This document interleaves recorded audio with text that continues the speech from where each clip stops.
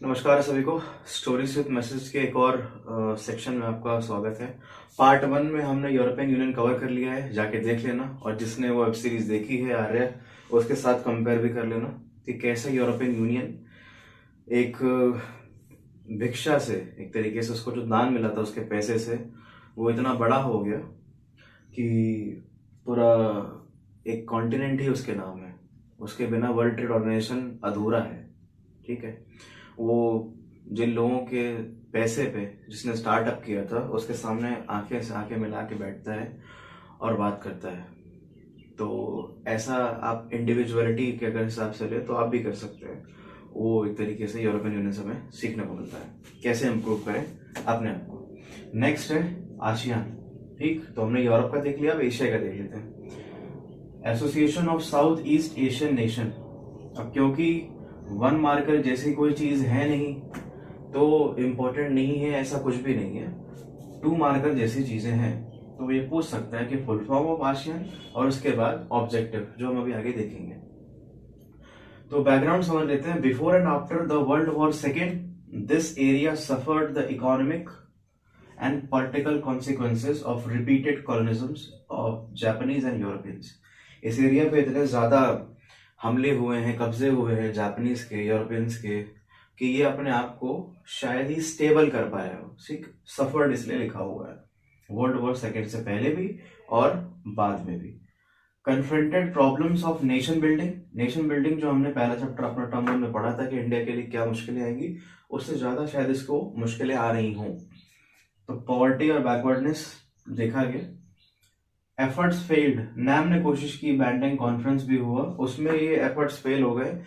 Asia के जो south east Asians जो लोग थे आसियान वाले, वो नहीं आए तब। और इसका रिजल्ट क्या हुआ कि उन्होंने अपने ग्रुप फॉर्म कर लिया। ठीक, अब देखते हैं आसियान पे क्वेश्चंस क्या क्या आते थे और आएंगे।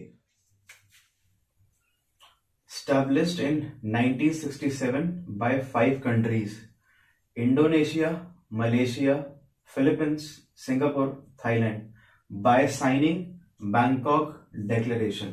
ठीक है, इंपॉर्टेंट एग्जैक्ट यही आएगा ऑब्जेक्टिव ऑफ आसियान। ये दो तरीके से है, दूसरा वाला मैं अभी देख लेता हूँ। सॉरी, हम देखते हैं अभी। ऑब्जेक्टिव ऑफ आसियान में जो सिंपल वाला है उसमें लिखना क्या है, प्राइमरली टू एक्सेलरेट, बढ़ाना है economic growth and through the social progress and cultural development. कैसे बढ़ेगी, इस तरीके से बढ़ेगी। दूसरा क्या है, प्रमोट करना है regional peace and stability based on the laws defined by the United Nation charter. ठीक, जो टर्म 1 में हमने यूएन नेशन चार्टर के बारे में पढ़ा था, क्योंकि वो पीस और स्टेबिलिटी वहीं से आती है। तो इस दो ऑब्जेक्टिव पे आसियान टिका हुआ है। Next, what is ASEAN way, ये भी पूछ सकता है। Over the years Brunei Darussalam, Vietnam, Lao, Myanmar, Cambodia ने ज्वाइन किया है और आसियान को स्ट्रेंथ दी है 10 मेंबर्स की। ठीक है, ये वाला पॉइंट तुम इधर भी लिख सकते हो और इधर भी लिख सकते हो। अनलाइक यूरोपियन यूनियन, ये कभी कभी लाइन वाइज आ जाता है। Unlike European union, the ASEAN members have little desire to become supranational powers. Yes. Do you agree with this or not? Yes, we agree. Unlike European Union, little desire in ASEAN for supranational structures and institutions. इनको EU नहीं बनना था। ठीक है, तो अब last ASEAN वे, शुरू यहीं से करना है। ठीक है, डिपेंड करता है। 2 नंबर का आएगा तो तुम यही लिख सकते हो, 4 का आएगा तो लिखना पड़ेगा ये। ठीक है, इससे ऊपर नहीं आता क्योंकि कंटेंट नहीं है। आसियान वे क्या है, a form of interaction that is informal. बातचीत चल रही है जो कि फॉर्मल नहीं है। नॉन कन्फ्रंटेशनिस्ट, कुछ भिड़ंत वाली बात नहीं है, कन्फ्रंट नहीं करना किसी को। एंड कोऑपरेटिव, साथ बना हुआ है। एक ऐसा साथ है जो कि उस पे फेथ पे चल रहा है, भरोसे पे चल रहा है और एक दूसरे के रिस्पेक्ट पे चल रहा है। बट आसियान को क्रिटिसाइज किया जाता है कि उसमें रिस्पेक्ट नहीं है किसी भी नेशनल सॉवरेनिटी के लिए। ठीक है, सॉवरेनिटी मतलब हम अपने तौर तरीके से चलेंगे। इसके जो इनके बीच में समझौते हैं यहां आके फेल हो जाते हैं। तो एक आता है ऑब्जेक्टिव आसियान का जिसमें ये लिखना है, दूसरा ऑब्जेक्टिव ऑफ आसियान में ऐड क्या करना है और वो मैं बता देता हूँ। With some of the fastest growing economies in the world, ASEAN broadened its objective. ठीक है, 3 नंबर का आएगा तो आंसर वही लिखना है। ठीक, यहाँ पे क्वेश्चन क्या बनता है ये देख लेते हैं। दुनिया में बदलाव आया तो इनमें बदलाव आ गया। कैसे? 2003 में इन्होंने उसी पाथ पे मूव करना चालू किया जहां पे यूरोपियन यूनियन ने शुरू किया था। कैसे? तो ये क्वेश्चन आता है 2 फॉर्म में। Explain the 3 pillars of ASEAN. तो तुमको अगर वही पूछेगा 4 नंबर का तो ये लिख सकते हो, कोई दिक्कत नहीं है। बट ये 6 नंबर का आएगा तो इसको हम एक्सपैंड करके देखते हैं। 3 पिलर कौन से हैं? आसियान का सिक्योरिटी कम्युनिटी, आसियान का इकोनॉमिक कम्युनिटी और आसियान का सोशियो कल्चरल कम्युनिटी। ठीक है, कम्युनिटी कोऑपरेशन नहीं है, कम्युनिटी बनाई इन्होंने। इसको एक्सप्लेन जब करना है हमें, पेज 6 मार्क्स का कवर कर लेगा, वो हम नेक्स्ट देखते हैं इसको अलग अलग तरीके से।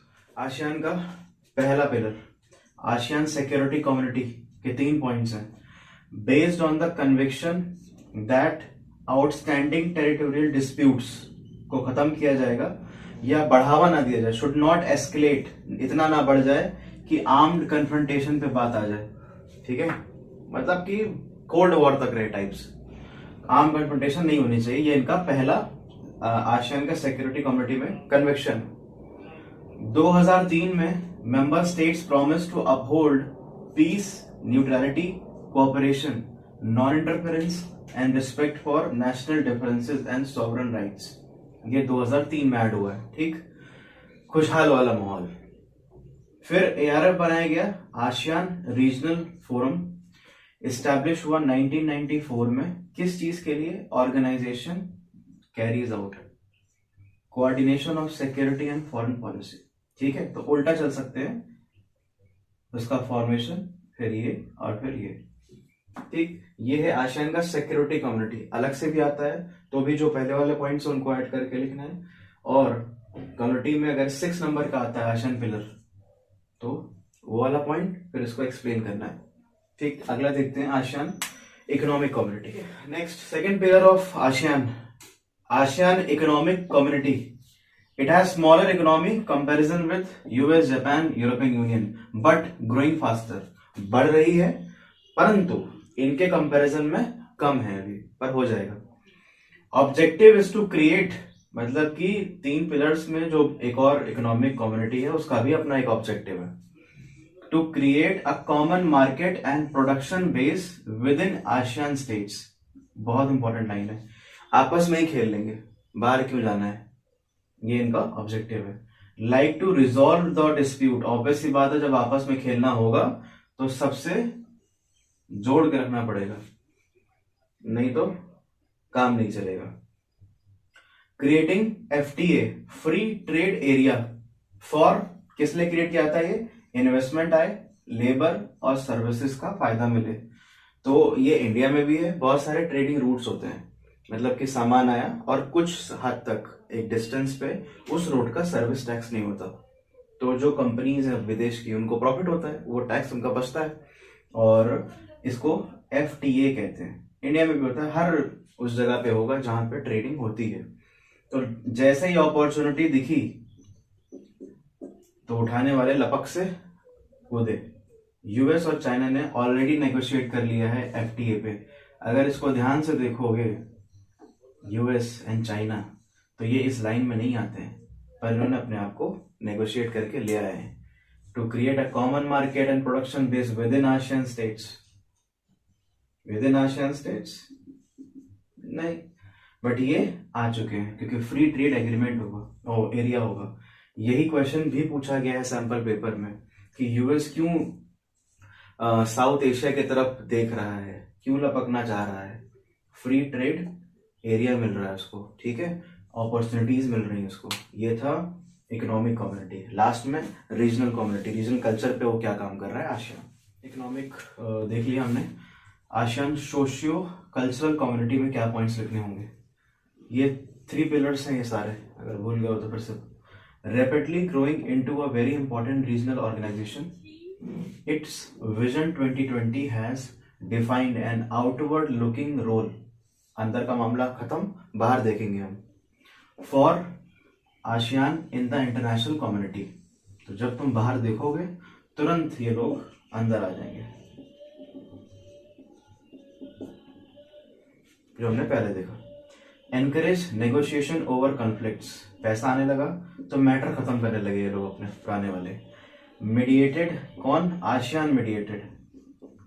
पेपर में भी आसियान ऐसे लिख के आना, ये वाला आसियान दिक्कत कर देगा। एंड ऑफ कंबोडियन कॉन्फ्लिक्ट, ठीक है, इंटरवेंशन हुआ था इनका, किंग और प्राइम मिनिस्टर के बीच में प्रॉब्लम हो गया था। Next the east timer crisis, यहाँ पे भी क्या हुआ, इंडोनेशिया ने इन्वेड किया था बार बार, और जो कि हमने देखा भी है कि इनकी जो रेपुटेशन है सॉवरेनिटी को लेकर दूसरे कंट्री की, वो ठीक नहीं है। तो अगर वो क्रिटिसाइज करने को आएगा तो ये वाले पॉइंट्स यहाँ से ऐड हो सकते हैं। Criticise the ASEAN respect towards sovereignty of other nation, ये उसका एग्जांपल है। फिर इनकी मीटिंग चालू होने लगी कॉपरेशन के नाम पे, एनुअली, साल में ये लोग मिलने लगे। ठीक, अब चीजें बाहर तक आ चुकी हैं, अब एक ही मेंबर नहीं रहे, अब बाहर की कंट्रीज भी ज्वाइन करेंगे इन लोगों को। ये तो हमने देख ही लिया FTA। अब लास्ट टॉपिक है इंडिया का रिलेशन आसियान के साथ। रिलेशन विद इंडिया आसियान का, या फिर आसियान का रिलेशन इंडिया, या इंडिया का आसियान से relation. During the cold war years Indian foreign policy did not पे एडिक्वेट, ये नहीं बोल रखा है कि बिल्कुल ही मतलब ही नहीं था, एडिक्वेट अटेंशन टू आसियान, नहीं देखा करते थे उस समय। ये नहीं पता था कि अभी रिलेशन कैसे रखने हैं, क्योंकि हम खुद ही परेशान में रहते थे, या हमको जिस चीज़ की ज़रूरत थी, पैसे की ज़रूरत है, हमको पावर की ज़रूरत है, हमको टेक्नोलॉजी में इंप्रूवमेंट करना है, तो हम नहीं ले सकते ना अभी यहाँ पे, तो नहीं देखा होगा शायद। खैर, ये लाइन इंपॉर्टेंट है। Try to make amends, change करने की कोशिश की। ठीक, sign trade agreement with 3 ASEAN members, India ने साइन करा, इनिशिएट किया। Singapore, Malaysia, Thailand. इस वजह से यहाँ पे मैं तेरा हीरो, शूटिंग, थाईलैंड। ठीक, सिंगापुर में भी हमारे साथ रिलेशन अच्छे हैं, मतलब कि 5 मिनट में आप वहाँ कंपनी खोल सकते हैं, इतना अच्छा उनका वो है, ट्रेड बेसिस पे एग्रीमेंट है, बिजनेस रिलेशन इतने अच्छे हैं। किसी भी कंट्री के लिए, हम लोग के लिए नहीं है, ये इनकी खास बात है। ASEAN India FTA came into effect in 2010, 2010 से हमें फ्री ट्रेड एरिया मिला है इन जगहों में। ठीक है, इंडिया लुक ईस्ट पॉलिसी, ये 1990s तक थी। लुक ईस्ट पॉलिसी, देख रहे हैं आसियान कुछ है, ये बन रहा है, फॉर्म हो रहा है। और एक्ट ईस्ट पॉलिसी कब आई है? 2014 में, जिसकी वजह से ये और ब्रॉड हो गया है। चाइना, जापान और साउथ कोरिया भी ऐड हो गए हमारे साथ रिलेशन में। ठीक है, एक्ट ईस्ट पॉलिसी के द्वारा, ना कि लुक ईस्ट पॉलिसी की वजह से। पॉजिटिव पॉइंट लास्ट में, क्योंकि हर चीज नेगेटिव नहीं होती, क्योंकि मैंने क्रिटिसाइज या क्रिटिसिज्म देख लिया हम लोगों ने आसियान का। पॉजिटिव क्या है? ओनली रीजनल एसोसिएशन, इकलौता ऐसा रीजनल एसोसिएशन है एशिया में, कौन? आसियान, जो प्रोवाइड कराता है पॉलिटिकल मंच, where Asian countries can deliberate, बहस कर सकते हैं, डिस्कस कर सकते हैं पॉलिटिकल और सिक्योरिटी कंसर्न को लेके, बिल्कुल फ्री। फ्री मतलब ओपन में। कौन है? आसियान। इसके अलावा अभी एशिया में ऐसा कोई नहीं। दूसरा है सार्क, वो हम अगले चैप्टर में देखेंगे, पर अभी वो इम्पोर्टेंट नहीं है, ये ऐसा मंच नहीं देते हैं, और इनके मेंबर्स भी अलग हैं। ठीक है, तो ये था आसियान, और जितने भी क्वेश्चंस आते हैं, आए हैं आज तक, वो मैंने सारे कवर कर लिए। शायद जो आएंगे वो भी कवर हो चुके होंगे, और कोई प्रॉब्लम हो तो मेरे ख्याल से तो होनी नहीं चाहिए, ऑलमोस्ट सारा कवर है। ठीक, तो ये है आसियान। नेक्स्ट है rise of, dramatic rise of Chinese economy, कैसे एकदम से 1948 में एक देश पैदा होता है और 60-70 के आसपास इकोनॉमी बूम हो जाती है, परमानेंट मेंबर है बेसिकली, तो वो कैसे, वो भी देखेंगे।